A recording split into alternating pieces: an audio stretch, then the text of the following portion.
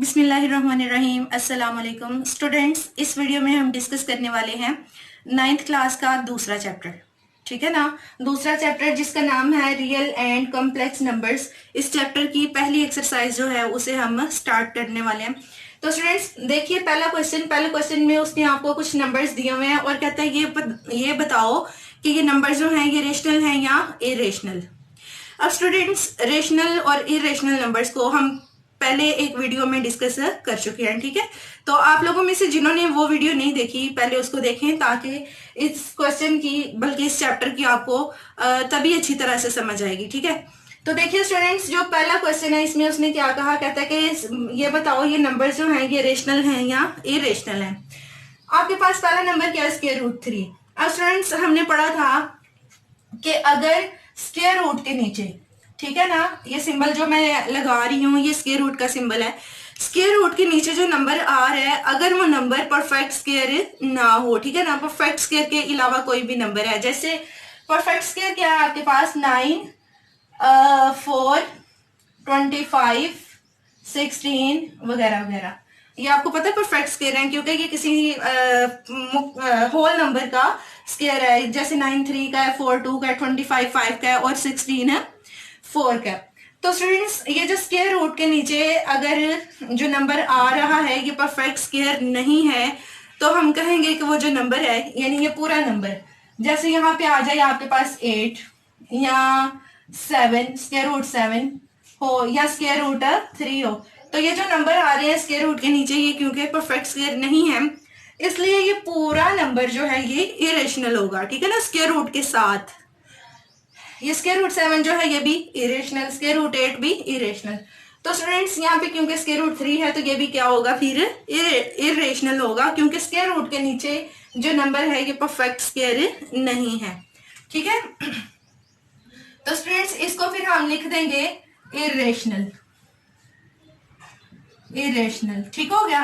अब हम देखते हैं 1/6 को। तो स्टूडेंट्स 1/6 जो है, ऊपर वाला नंबर चेक करें p, नीचे वाला है q, तो आपके पास p/q की फॉर्म है। ठीक हो गया।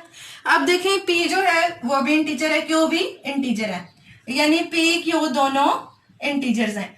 अब जो थर्ड कंडीशन होती है रेशनल नंबर की वो ये होती है कि q जो है वो 0 के इक्वल ना हो। ठीक है, यानी डिनोमिनेटर के नीचे जो नंबर है वो 0 ना हो। तो देखिए डिनोमिनेटर के नीचे क्या है 6, ये 0 नहीं है, तो इट्स मीन कि ये 1/6 जो है ये रेशनल नंबर है क्योंकि इसने रेशनल नंबर की जो सारी कंडीशन है पूरी उसको फुलफिल कर दिया है। ठीक हो गया ना, क्योंकि इस नंबर ने डेफिनेशन को फुलफिल कर दिया तो इसलिए ये नंबर जो है ये क्या होगा, रेशनल। तो स्टूडेंट्स इसको हम लिख देते हैं रेशनल। अब नेक्स्ट स्टूडेंट्स अगला जो नंबर है वो है पाई। ठीक है ना, ये एक सिंबल है जिसको हम पाई बोलते हैं और ये अप्रोक्सीमेटली 22/7 के इक्वल होता है। ठीक है ना, एग्जैक्टली इक्वल नहीं होता, याद रखिए ये पाई जो है अप्रोक्सीमेटली 22/7 के इक्वल होता है।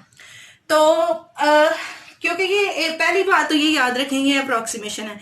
दूसरी बात ये है कि 22/7 को जब आप कन्वर्ट करते हो उसमें डेसिमल नंबर में, ठीक है ना, यानी पॉइंट वाले नंबर में लेके आते हो तो ये आता है 3.14 16 अप टू सो ऑन। तो ये जो नंबर आ रहा है पॉइंट के बाद ये नॉन टर्मिनेटिंग है। ठीक है ना, डिजिट्स जो हैं ये खत्म नहीं हो रहे और एक जैसे भी नहीं है। तो स्टूडेंट्स आपको पता है कि वो नंबर जो कि नॉन टर्मिनेटिंग भी हो और नॉन रिकरिंग भी हो, ये देखिए ना एक जैसे भी नहीं आ रहे, 1 4 1 6 और आगे जो आएंगे वो भी डिफरेंट है, तो इस वजह से ये नंबर जो है ये क्या हो गया, इरेशनल। ठीक है स्टूडेंट्स, यानी हमारे पास पाई जो है ये भी इरेशनल नंबर हो गया। अब नेक्स्ट हम देखते हैं स्टूडेंट्स 15/2। तो p/q की फॉर्म है, p जो है वो p और q दोनों इंटीजर्स हैं और q 0 के इक्वल नहीं है, इसलिए 15/2 जो है ये नंबर आपके पास रेशनल नंबर होगा क्योंकि इसने इस डेफिनेशन को फुलफिल कर दिया। अब 7.25 को देखें तो ये आपके पास डेसिमल फॉर्म में है। अब आपको पता है कि डेसिमल फॉर्म में कैसे पता चलता है कि कोई नंबर जो है वो रेशनल है या इरेशनल। तो ये क्योंकि टर्मिनेटिंग है, तो आपको पता है जो डेसिमल फॉर्म में नंबर हो अगर तो वो टर्मिनेटिंग हो तो वो डायरेक्ट ही हम उसको रेशनल नंबर कह देते हैं। तो इसलिए स्टूडेंट 7.25 जो है ये आपके पास रेशनल है। उसके बाद है स्क्वायर रूट 29, तो ये फिर वही स्क्वायर रूट 3 वाला जो है इसी की फॉर्म का नंबर आ गया। तो आपको पता है 29 जो है ये परफेक्ट स्क्वायर नहीं है, तो इसलिए स्क्वायर रूट 29 भी इरेशनल होगा। तो यहाँ पे हम लिख देते हैं इरेशनल। ठीक है, ये नंबर हमारे पास इरेशनल है और 7.25 जो है ये हमारे पास रेशनल है। ठीक हो गया स्टूडेंट्स। हम दोबारा से देख लेते हैं। पहला नंबर इरेशनल है, दूसरा रेशनल और थर्ड फिर इरेशनल है। ये नंबर 15/2 रेशनल है और 7.25 भी रेशनल है और जो लास्ट वाला है ये नंबर हमारे पास इरेशनल है। तो ये था पहला क्वेश्चन, होपफुली आपको समझ आई होगी। अब हम क्वेश्चन नंबर 2 को देख लेते हैं।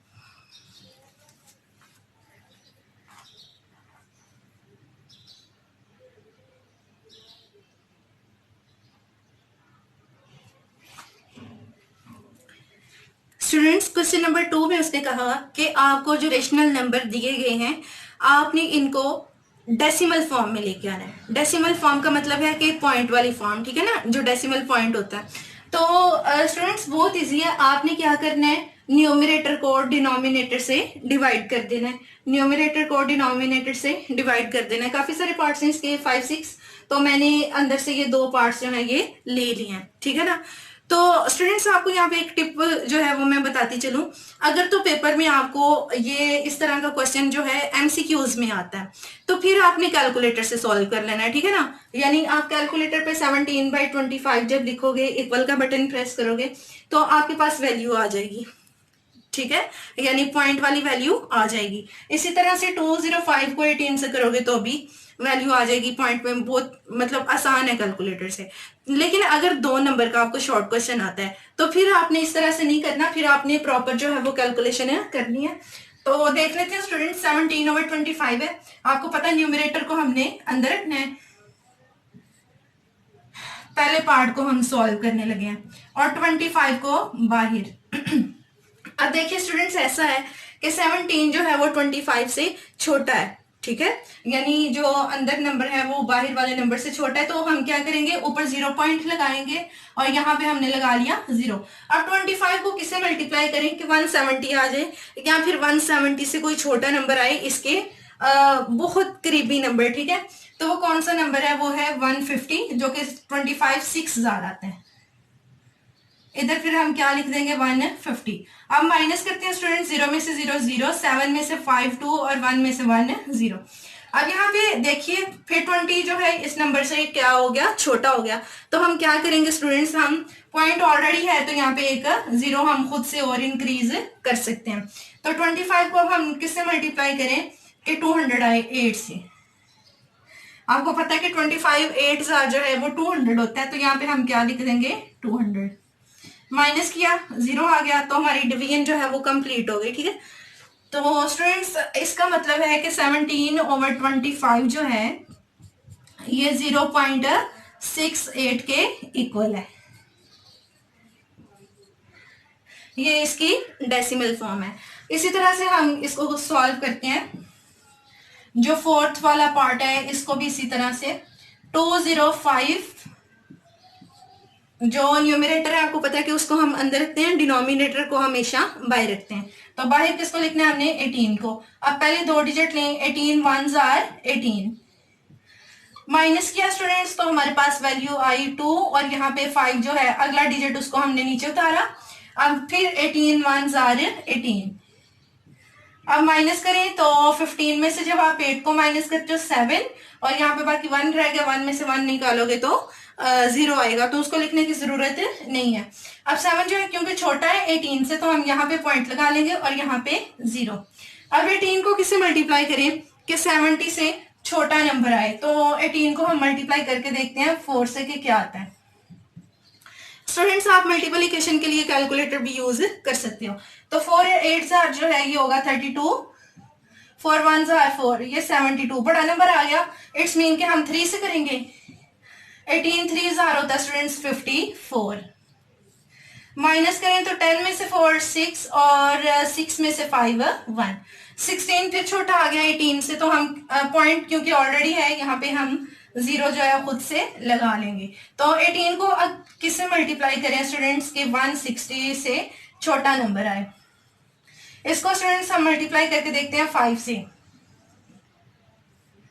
5 8s are 40 और 5 1s are 5 और 4 90 आ गया। 90 क्योंकि इससे काफी छोटा है। अब हम इसको 8 से मल्टीप्लाई करके देखते हैं। 8 8s are 64, 8 1s are 8, 8 और 6 14। तो स्टूडेंट्स आप देखिए कि ये नंबर जो है 160 के नजदीक है, ठीक है ना, काफी इसके करीब है। अगर हम 9 से मल्टीप्लाई करेंगे तो 160 से बड़ा आ जाएगा नंबर, ठीक है। तो अब हम यहाँ पे क्या लिखते हैं, किससे हमने मल्टीप्लाई किया 8 से, तो यहाँ पे 8 आ जाएगा और यहाँ पे आ जाएगा 144। तो 10 में से स्टूडेंट्स आपने 4 को माइनस किया 6, 5 में से ये बाकी 5 रह गया, 5 में से 4 को आपने माइनस किया तो 1 और 1 में से 1 0। 16 छोटा आ गया 18 से, तो अगेन हम क्या करेंगे स्टूडेंट्स, यहाँ पे 0 लगाएंगे और जैसे यहाँ पे हमने 8 से मल्टीप्लाई किया है, अगेन हम 8 से मल्टीप्लाई करेंगे तो 144। उसी तरह से आप माइनस करोगे तो अगेन जो है आपके पास आ जाएगा 16। अगेन 0 लगाओगे आप और फिर 144 और इसी तरह से ये जो है कंटिन्यू रहेगा, यानी यहाँ पे आपके पास आएगा 11.38888। ठीक है स्टूडेंट्स, तो जो आपकी वैल्यू है 205/18 ये इक्वल है 11.3888 अप टू सो ऑन। जी तो स्टूडेंट्स इसी तरह से आपने बाकी के जो इस क्वेश्चन के पार्ट्स हैं उन्हें खुद सॉल्व कर लेना है। बहुत आसान है, कोई इनमें मुश्किल काम नहीं है। सिंपली आपने डिवाइड करना है, न्यूमरेटर को अंदर रख के डिनोमिनेटर को बाहर रख के। तो स्टूडेंट्स अब हम सॉल्व करते हैं क्वेश्चन नंबर 3।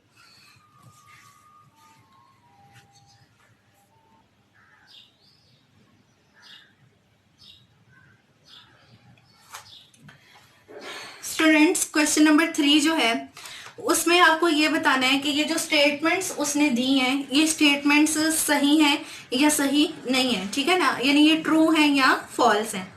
तो चलिए देखते हैं। पहली स्टेटमेंट कहते हैं 2/3 इज एन इरेशनल नंबर। कहते हैं 2/3 जो है ये एक इरेशनल नंबर है। अब हम देखते हैं 2/3 है क्या। 2/3 जो है p/q की फॉर्म में है। p भी इंटीजर है और q भी इंटीजर है और q जो है वो 0 के इक्वल नहीं है, ठीक है ना। तो इस नंबर ने रेशनल नंबर की डेफिनेशन को फुलफिल कर दिया, तो फिर ये रेशनल हो गया ना, इरेशनल तो ना हुआ। उसने इसे कहा रेशनल तो गलत कहा।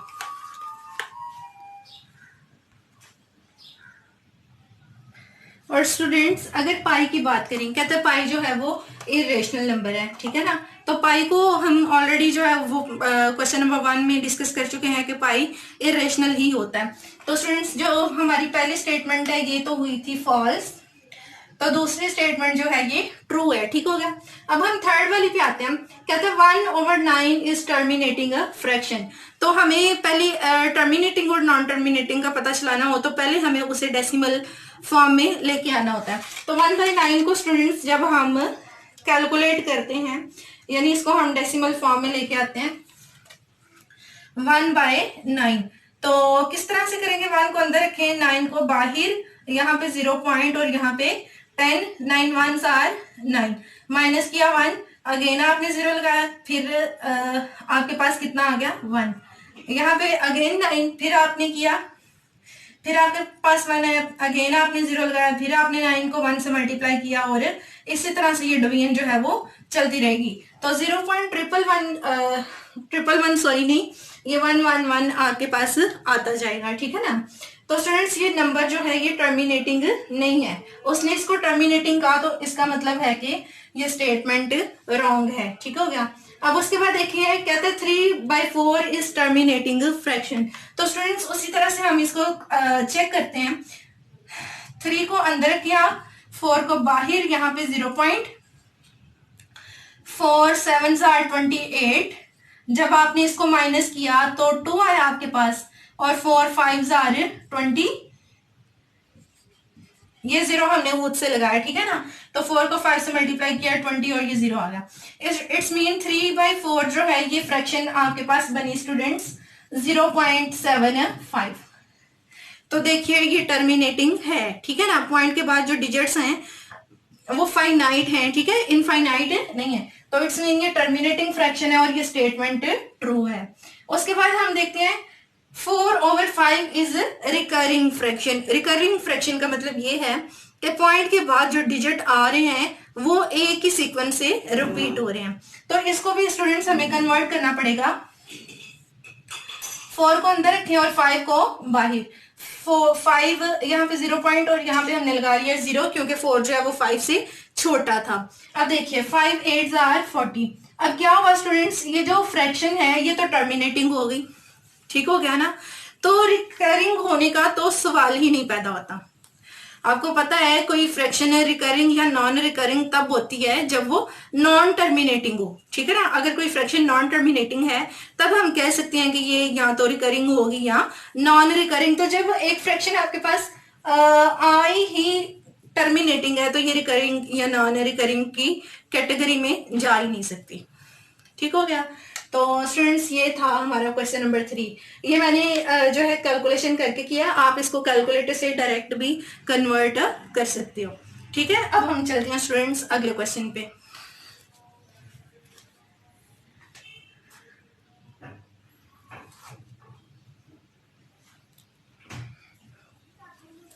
जी तो स्टूडेंट्स हम लोग आ गए हैं क्वेश्चन नंबर 5 पे, ठीक है। आपने ये नहीं समझना कि हमने क्वेश्चन नंबर 4 को छोड़ दिया, उसको भी इंशाल्लाह हम सॉल्व करेंगे, लेकिन थोड़ा सा क्योंकि लेंथी क्वेश्चन था, वीडियो ज्यादा लंबी हो जानी थी, इसलिए उसको जो है ना नेक्स्ट वीडियो के लिए मैंने छोड़ दिया।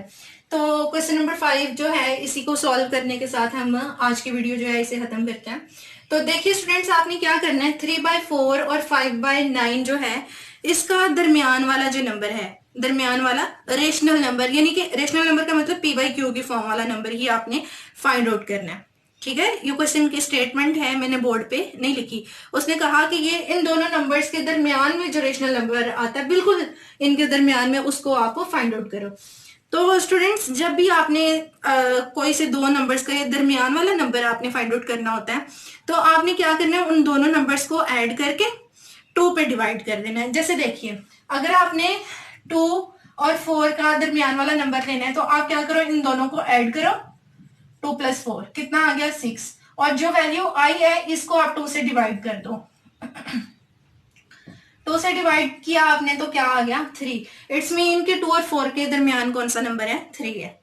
तो बिल्कुल यही काम हमने यहाँ पे करना है, हम इन दोनों नंबर्स को ऐड करेंगे और ऐड करके 2 पे डिवाइड कर देंगे। तो स्टूडेंट्स हम खुद से जो है ना पहले लिख लेते हैं, बिकॉज रेशनल नंबर आपने फाइंड आउट करना है ना, तो यहाँ पे हम लिखेंगे rational number between 3/4 and 5/9 is equal to, ये किसके इक्वल है, 3/4 प्लस 5/9 ओवर 2 के। यानी ये देखें पहले इन दोनों को आपने ऐड करना है और ऐड करके जो वैल्यू निकलेगी उसको आपने क्या कर देना है, 2 से डिवाइड। तो पहले हम इस वैल्यू को फाइंड आउट कर लेते हैं कि ये क्या वैल्यू आती है, जो वैल्यू आएगी फिर हम उसको 2 से डिवाइड कर लेंगे। इसको हम कह लेते हैं क्वेश्चन नंबर 1। ये जो हमने खुद से फार्मूला टाइप एक स्टेटमेंट बना ली है ना, इसको हम इक्वेशन नंबर 1 कह लेते हैं। तो स्टूडेंट्स पहले हम क्या फाइंड आउट कर लेते हैं, 3/4 प्लस 5/9, ये क्या आएगा आपके पास, देखिए एलसीएम लेके सॉल्व करेंगे। आपको पता है कि जब भी आपको फ्रैक्शंस गिवन हो आपने उन्हें ऐड करना हो तो हमेशा एलसीएम लेते हैं। तो नीचे आ गया 36, ठीक है। 4 को आपने 9 से मल्टीप्लाई कर लिया और 9 को 4 से, अब नीचे इसको 4 से किया तो ऊपर भी 4 से, इसको नीचे हमने 9 से मल्टीप्लाई किया तो ऊपर वाली वैल्यू को भी 9 से मल्टीप्लाई करेंगे, ठीक है। तो नीचे 36 आ गया, 3 9s आर 27 और 5 4s आर 20। अब 27 और 20 हो गया 47, डिनोमिनेटर में है 36। तो यानी स्टूडेंट्स ये जो ऊपर वाली वैल्यूज हैं दो, हमने इन्हें ऐड किया, ऐड करने के बाद हमें मिला 47/36। अब हमने क्या करना है, इस वैल्यू को यहाँ पे पुट कर देते हैं। तो हम लिखेंगे from equation number 1, rational number between 3/4 and 5/9 is equal to, इसकी जगह हमें क्या लिखना है 47/36 और डिनोमिनेटर में क्या है 2। अब स्टूडेंट्स ये जो डिनोमिनेटर में 2 है इसको हम लिख सकते हैं ना 2/1, 2 के डिनोमिनेटर में कुछ नहीं है तो 1 है।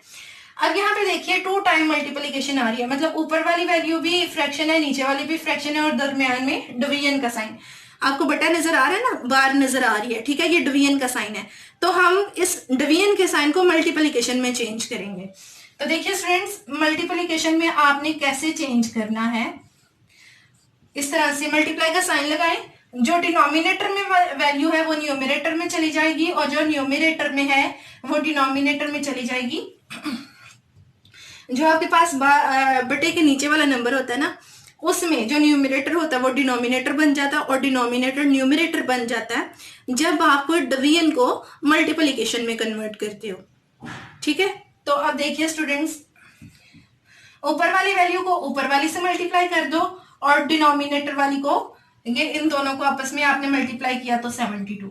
इसका मतलब ये हो गया स्टूडेंट्स कि rational number between 3/4 and 5/9 is 47/72, ठीक है ना। इस साइड पे आप यही स्टेटमेंट लिख सकते हो, रैशनल नंबर बिटवीन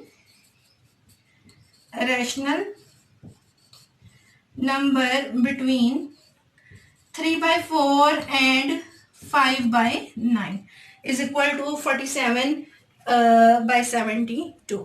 तो स्टूडेंट्स ये था क्वेश्चन नंबर 5। इस एक्सरसाइज के 2 क्वेश्चन बाकी रह गए हैं, ठीक है। वो इंशाल्लाह हम अगली वीडियो में डिस्कस करेंगे। तब तक के लिए दुआओं में याद रखिएगा। अल्लाह हाफिज।